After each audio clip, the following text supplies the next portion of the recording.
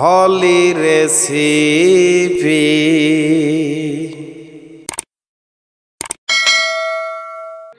আসসালামু আলাইকুম ভিউয়ার্স, হলি recipe channel থেকে আপনাদের সবাইকে স্বাগতম। আজ আমি আপনাদের সামনে নিয়ে হাজির হয়েছি চট্টগ্রামের ঐতিহ্যবাহী মুরগির দুমাছা কুপ্তা। তো এই রান্নাটা ঐতিহ্যবাহী রান্না চট্টগ্রামের।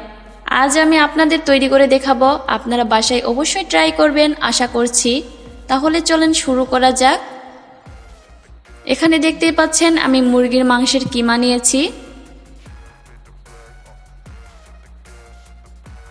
নিয়েছি স্বাদমতো লবণ, নিয়েছি কাঁচা মরিচ একদম মিহি কুচি, নিয়েছি পেঁয়াজ বাটা 1 টেবিল চামচ, নিয়েছি রসুন বাটা 1 টেবিল চামচ, নিয়েছি গরম মশলা 1 চা চামচ, নিয়েছি হলুদ গুঁড়ো 1 চা চামচ, নিয়েছি শুকনো মরিচের গুঁড়ো 2 টেবিল চামচ, আর এখানে নিয়েছি কর্নফ্লাওয়ার 2 টেবিল চামচ।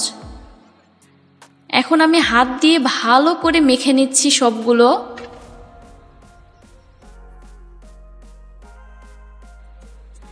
এই যে দেখতে পাচ্ছেন আমার মেখে নেওয়া হয়ে গিয়েছে।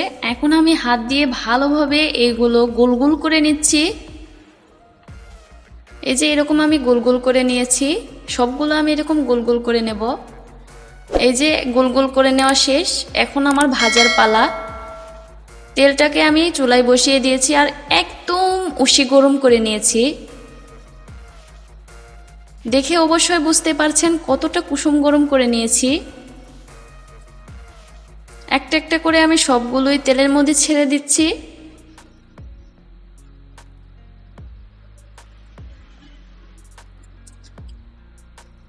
একটু সময় নিয়ে ধৈর্য সহকারে ভাজতে হবে, তাড়াহুড়ো করা যাবে না, নয়তো ভেতর থেকে একদমই হবে না, কাঁচা থেকে যাবে। কিছুক্ষণ পর এরকম উল্টিয়ে পাল্টিয়ে ভেজে নিচ্ছি। এই যে আমার ভেজে নেওয়া হয়ে গিয়েছে, আমি উঠিয়ে নিচ্ছি।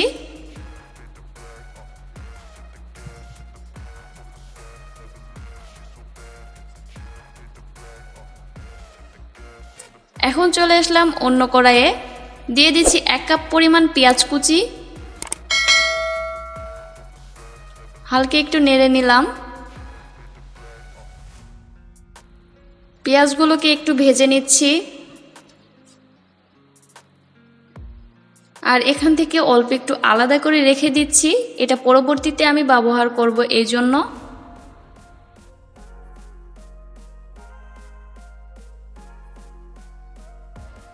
এর মধ্যে এখন আমি দিয়ে দিচ্ছি তেজপাতা 1টা, দিয়ে দিচ্ছি আস্ত জিরা 1 চা চামচ। এখন আবার একটু নেড়ে দিলাম। দিয়ে দিচ্ছি এখানে রসুন বাটা 1 টেবিল চামচ, পেঁয়াজ বাটা 1 টেবিল চামচ। এখন আবারও ভালোভাবে নেড়ে নিচ্ছি।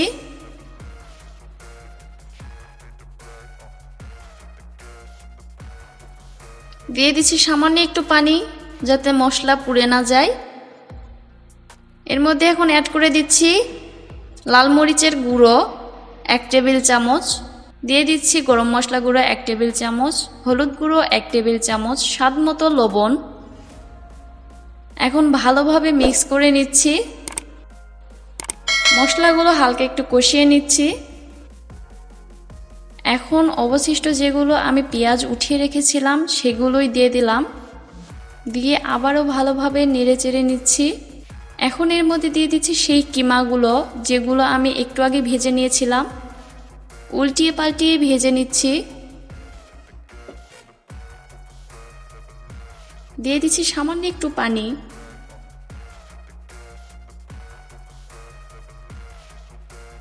ঢাকনা দিয়ে ভালোভাবে রান্না করে নিচ্ছি। বেশ কিছুক্ষণ পর ঢাকনাটাকে উঠালাম। দেখতেই পাচ্ছেন পানিগুলো মারা গিয়েছে। এই যে আমার রেডি মুরগির দুমাছা কোপ্তা। যদি আমার রেসিপিগুলো আপনাদের ভালো লেগে থাকে তাহলে অবশ্যই সাবস্ক্রাইব করতে ভুলবেন না, আর একটা লাইক দিবেন। ভালো থাকবেন, সুস্থ থাকবেন। আল্লাহ হাফেজ।